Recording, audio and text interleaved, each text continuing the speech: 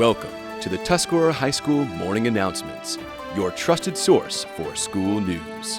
Good morning, Tuscarora. Tonight, Mod Pizza is hosting a fundraiser for the THS cross-country team. The cross-country team will receive 20% of the fundraiser sales during tonight's fundraiser. Participate by ordering online using the code MODGIVES20 or by visiting the Westview Mod location showing the on-screen flyer or by mentioning THS cross-country fundraiser at checkout. There will be a meeting for all student athletes who would like to play baseball this upcoming season.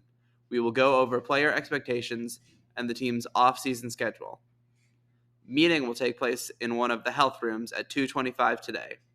You must bring a copy of your first term grades in order to get into the meeting. Nominations are open for Staff Member of the Month for October.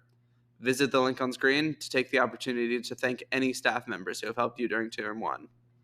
Now, onto the weather with Tony. Thank you, Stephen. Today is going to be another cold one, so I hope you brought your coats. Today, we're going to have a low of 28 and a high of 49. So stay warm, Tuscarora. Back to you, Stephen.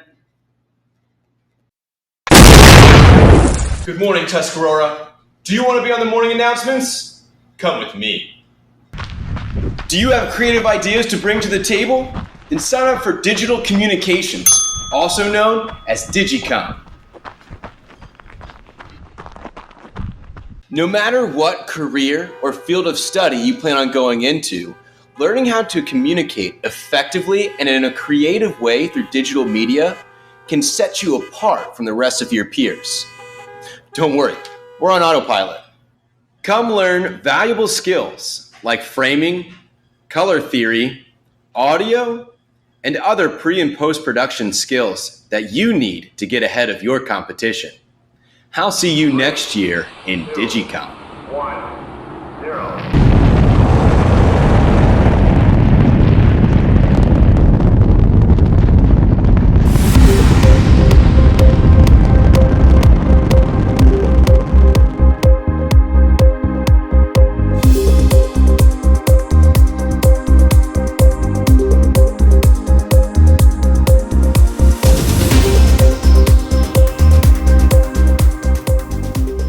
During a White House Rose Garden ceremony held on this day in 1983, President Ronald Reagan signed into law a bill creating a national holiday to honor the Reverend Dr. Martin Luther King Jr., the civil rights leader who had been assassinated in 1968 while supporting a strike by black sanitation workers in Memphis, Tennessee. The bill had cleared the House by a veto-proof margin, 338 to 90, and a campaign to create a federal holiday to remember King began soon after his death. It was initially promoted by members of the Congressional Black Caucus and included by some union leaders in the contract negotiations. The holiday was observed for the first time on January 20th, 1986. Let's listen to a part of the speech. To all of us, the American people. When I was thinking of the contributions to our country, of the man that we're honoring today, a passage attributed to the American poet John Greenleaf Whittier comes to mind. Each crisis brings its word and deed. In America in the 50s and 60s, one of the important crises we faced was racial discrimination. The man whose words and deeds in that crisis stirred our nation to the very depths of its soul was Dr. Martin Luther King Jr. Martin Luther King was born in 1929 in an America where, because of the color of their skin, nearly 1 in 10 lived lives that were separate and unequal. Most black Americans were taught in segregated schools. Across the country, too many could find only poor jobs, toiling for low wages.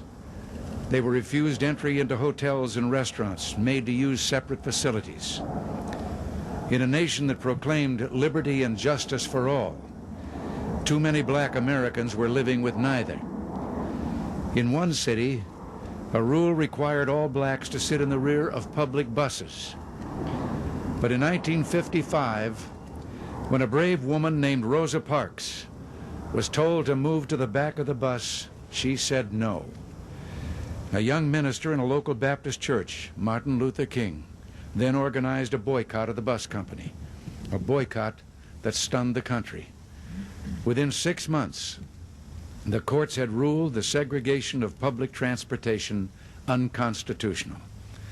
Dr. King had awakened something strong and true, a sense that true justice must be colorblind, and that among white and black Americans, as he put it, their destiny is tied up with our destiny, and their freedom is inextricably bound to our freedom. Let's listen to a part of the speech from the Rose Garden.